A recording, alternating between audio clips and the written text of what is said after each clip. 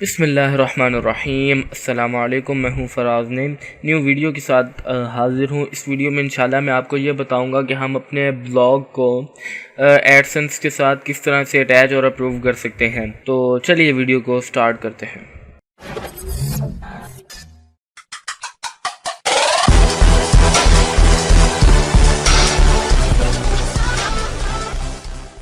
तो वीडियो शुरू करने से पहले मैं आपको बताता चलूं कि हमने एक न्यू ग्रुप क्रिएट किया है जिसमें हम फ्री पेड कोर्सेज़ और free software crack softwares provide करेंगे और उसके अलावा वहाँ पर एक्सपर्ट्स मौजूद होंगे। आप कोई भी वहाँ पर अगर आपकी कोई प्रॉब्लम है, कोई सवाल वगैरह है आपका, तो आप वहाँ पर शेयर कर सकते हैं, राइट कर सकते हैं। वहाँ पर आपको इंशाल्लाह इस आपके प्रॉब्लम को सॉल्व किया जाएगा और उस ग्रुप का लिंक मैं डिस्क्रिप्शन में दे दूँगा, आप उसे लाजमी ज्वाइन करें। बहुत आपके लिए अच्छा ग्रुप रहेगा। आप उससे एडसेंस, ऑनलाइन अर्निंग, यूट्यूब और ब्लॉगिंग वगैरह के हवाले से काफ़ी कुछ लर्न कर पाएंगे। तो ऑलरेडी इस पर वर्किंग हो रही है। तो चलिए वीडियो शुरू करते हैं। उसके अलावा हमारा यूट्यूब चैनल लाजमी सब्सक्राइब करें, हमारा फेसबुक पेज भी लाजमी लाइक करें।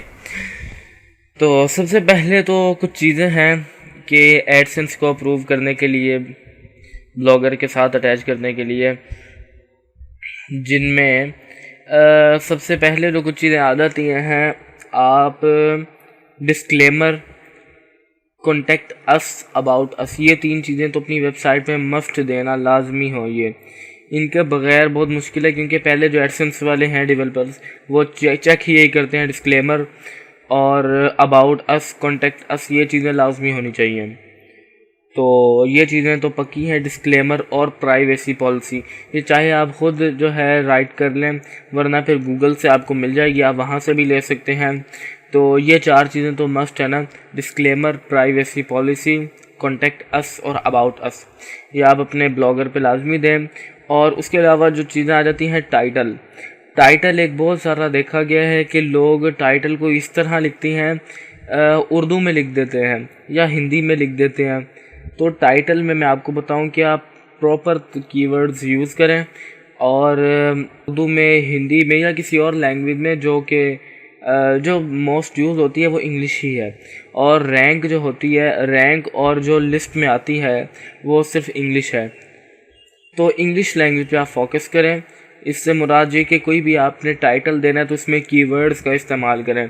फ़र्ज़ करें कि कोई सॉफ्टवेयर डाउनलोड करने का ही अगर आप बता रहे हैं कि डाउनलोड फ्री कैमटेशिया, तो आप उर्दू में ना लिखें इसको, टाइटल को, कि जी अब आप फ्री में कैमटेशिया को ज़िंदगी भर के लिए डाउनलोड करें और मज़े करें, या इस तरह ना लिखें। जस्ट आप कीवर्ड्स को निकालें और कीवर्ड्स को देखते हुए how to download free Camtasia studio 8 with lifetime with crack, या जो भी आपको अच्छा लगे ये दें। उसके बाद आ जाती हैं मेटा टैग। ये सबसे ज़्यादा इम्पोर्टेंट है आपकी वेबसाइट को, आपके ब्लॉग को यूट्यूब की लिस्ट में लाने के लिए, कि यूट्यूब के सर्च इंजन ऑप्टिमाइजेशन में लाने के लिए।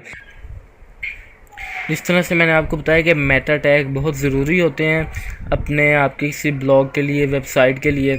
उसका सैम्पल इस तरह होता है कि ये आप देख सकते हैं, इस तरह से आता है। पहले meta name is equal to, इस तरह से इसका कीवर्ड्स कंटेंट। अच्छा, जो अगर आप ब्लॉग पे कहीं से आप उठाते हैं, कहीं से आप टेम्पलेट उठाते हैं, तो उनमें ऑलरेडी ऑप्शन होती है, जिस तरह आप ये देख सकते हैं, मेटा नेम, कीवर्ड्स, कंटेंट। अच्छा, अब यहाँ पर जो ये कॉलम के आगे आपने जो है अपने ब्लॉग की कीवर्ड डालने हैं, जिस तरह earn money online, download free softwares, इस तरह से यहाँ पे वो डालते हैं और डिस्क्रिप्शन यहाँ पे देते हैं। इसी तरह से टेम्पलेट में तो पहले से होता है, मैं आपको भी दिखाता भी हूँ कि कहाँ पर होती है ऑप्शन। हेडिंग के बाद आती है ये, हेडिंग और टाइटल के बाद अमूमन। तो ये देखें, यहाँ पर आप कंटेंट, इसके आगे जो है अपनी वेबसाइट का वो देते हैं डिस्क्रिप्शन, जैसे welcome to our site, we provide free software on crack software, या जो आप देना चाहें, जो आपकी वेबसाइट का है।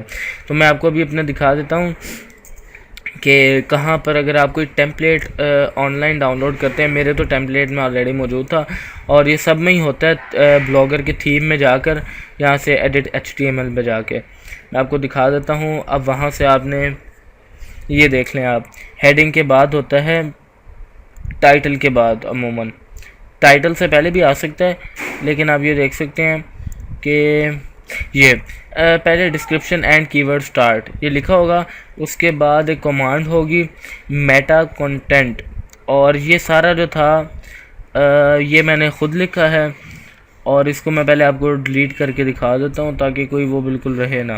इस तरह से होता है, इसको भी डॉट को आप डिलीट कर दें तो content is equal to name is equal to description. तो डिस्क्रिप्शन में आप यहाँ पर डिस्क्रिप्शन देते हैं अपना, जो भी आपका डिस्क्रिप्शन हो। फिर उसके बाद जो है ये मैं बैक कर देता हूँ। उसके बाद आगे मेटा कंटेंट, यहाँ पर आप देख सकते हैं कीवर्ड्स आते हैं। तो कीवर्ड्स आपने यहाँ पे आप डालने हैं, जो भी आपका ब्लॉग है उसके मुताबिक आपने कीवर्ड्स डाल देने हैं। ये आपकी वेबसाइट को और ब्लॉग को रैंक करने में बहुत ज़्यादा मदद देता है, और वो बहुत इम्पॉर्टेंट है ये आपकी वेबसाइट और ब्लॉग को रैंक करने के लिए। इसके बाद एक और चीज़ आ जाती है 30 पोस्ट मिनिमम। तकरीबन आपकी जो है 30 नहीं तो 25 पोस्ट तो लाजमी होना आपके ब्लॉग में, और सारी रियल हो, उसमें कोई जो है आपका अपना कंटेंट हो, और कम से कम भी आप जो इस पर रेगुलर वर्क करें आप ब्लॉग पे, और कम से कम 25 से लेकर 30 तक या 20 भी चल जाएंगी, मगर जो ज़्यादा चांसेस हैं 25 तक। और एक मैं आपको बात बताता चलूँ कि लोग क्या करते हैं, 3-4 बार जब उनका दिल किया या जब उन्हें लगा कि मैं वर्क कर रहा हूँ, तो उन पर बार बार जो है एडसेंस से अप्रूव करने की रिक्वेस्ट देते हैं। तो आप बार बार ना दें, जब आप रिक्वायरमेंट्स तक पहुंच जाएं, आपका ब्लॉग जो है रिक्वायरमेंट्स तक पहुंच जाए अच्छी तरह, तो तब आप एक ही बार करें और एक ही बार अप्रूव हो जाएगा। वरना जब आप 2-3 बार पहले अप्रूव के लिए रिक्वेस्ट देते हैं और जब 2-3 बार रिजेक्ट हो जाती है, तो उसके बाद आपकी रिक्वेस्ट को नहीं ज़्यादा वो दी जाती प्रेफरेंस। तो इसीलिए आप एक ही बार करें, और तब करें कि जब आपका ब्लॉग अच्छी तरह जो है रिक्वायर्स को जो है मिनिमम कम से कम टच कर जाए। तो उसके बाद एक बहुत बड़ी चीज़ रेगुलर पोस्ट आ जाती हैं कि डेली काम करें, कम से कम दिन में आप एक पोस्ट भी करें तो ये बहुत होगी। ज़रूरी नहीं है कि आप एक ही दिन में 20-25 पोस्ट कर दें और उसके बाद या महीना 2 महीने काम ना करें।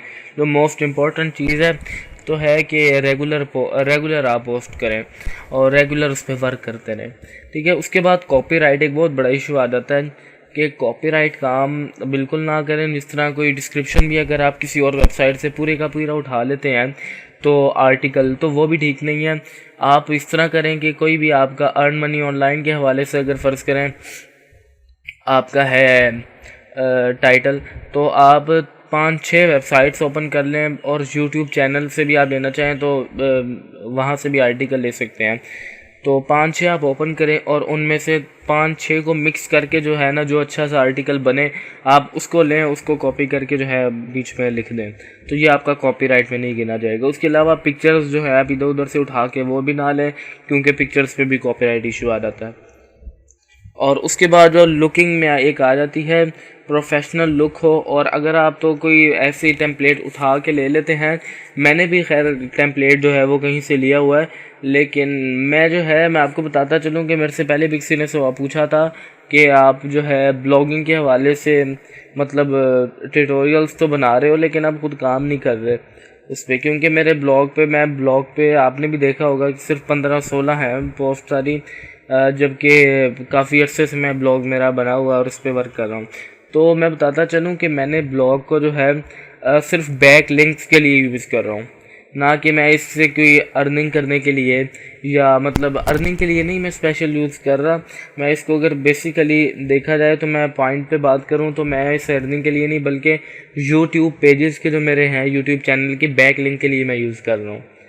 तो लोग कहते हैं जी आप ख़ुद तो आप मतलब उससे एडसेंस से अप्रूव भी नहीं करवा रहे ना, जो मैं आपको भी लोगों के बड़े कमेंट आएंगे कि ये जो आपने रिक्वायरमेंट्स बताई हैं ख़ुद तो आप इन पे नहीं, मतलब आपका ख़ुद तो ब्लॉग पे नहीं है इस तरह का वर्क।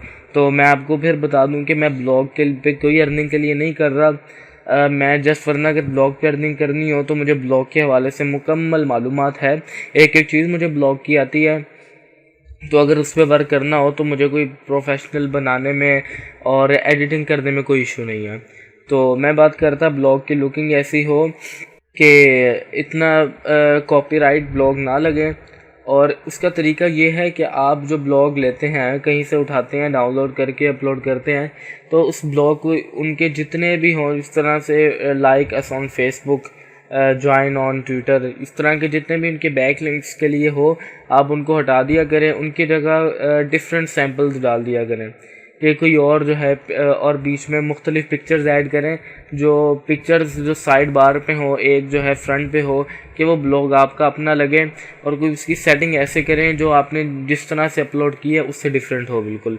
कुछ पिक्चर्स अपलोड करें अपने ही हवाले से यूट्यूब चैनल का, वहाँ पे आप लिंक दे दें जो कि परमानेंट उसके पहले पेज पे रहे। तो इससे लुकिंग मतलब चेंज करना है मकसद की, लुकिंग जब उसकी चेंज हो जाएगी तो जो है वो फिर ये भी एक इशू हल हो जाएगा। वरना क्योंकि अमूमन हम लोग तो उधर से उठाते हैं ब्लॉग को जो है। तो उसके बाद जो अडल्ट एक आ जाता है बहुत बड़ा इशू कि मतलब सेक्सुअल कंटेंट कहने, ये बिल्कुल ना हो, वरना एडसेंस नहीं आपका अप्रूव करेगा। उसके बाद एक बैक लिंक्स आप इसको लाजमी जो है इनके रखें। बैक लिंक्स से मुराद कि आप ये कह लें बैक लिंक्स जो होते हैं ये बैकबोन होती हैं। जिस तरह इंसान की अगर बैकबोन डैमेज हो जाए ना तो बैठ नहीं पाता, और ये भी इसी तरह के बैक लिंक्स आप इसको अपने कोई जो भी चीज़ अपलोड करें उसमें उसके सोशल मीडिया पर, ट्विटर, फेसबुक या जहाँ जहाँ पर भी आप यूज़ कर रहे हैं, जो सोशल मीडिया का प्लेटफॉर्म, वहाँ पर आप लाजमी शेयर करें। और ये कुछ चीज़ें थी कि जिनसे हम अपने ब्लॉग को इजीली अप्रूव कर सकते हैं। ये अगर आप इन सब चीज़ों पे, एक बार फिर मैं उन चीज़ों को रिपीट कर देता हूँ। First, title. Second, meta tag. Regular post, 30 post minimum for regular post. 5, avoid to copyright work and 6, look. 7, adult content. 8, about us. 9, contact us. 10, back links and disclaimer और प्राइवेसी पॉलिसी। तो इन सब चीज़ों को आप जो है मद्देनज़र रखते हुए, फॉलो करते हुए काम करें, फिर आपका इंशाल्लाह 100, 200, 300 व्यूज़ भी अगर होंगे ना तो आपका एडसेंस अप्रूव हो जाएगा। तो ये कुछ चीज़ें थी जो एडसेंस से अप्रूव करने के लिए बहुत ज़रूरी हैं। तो इनको आप लाजमी फ़ॉलो करें, हमारा चैनल लाजमी सब्सक्राइब करें, और जो ग्रुप के बारे में बताया था आप उसे भी ज्वाइन कर लें। Thanks for watching.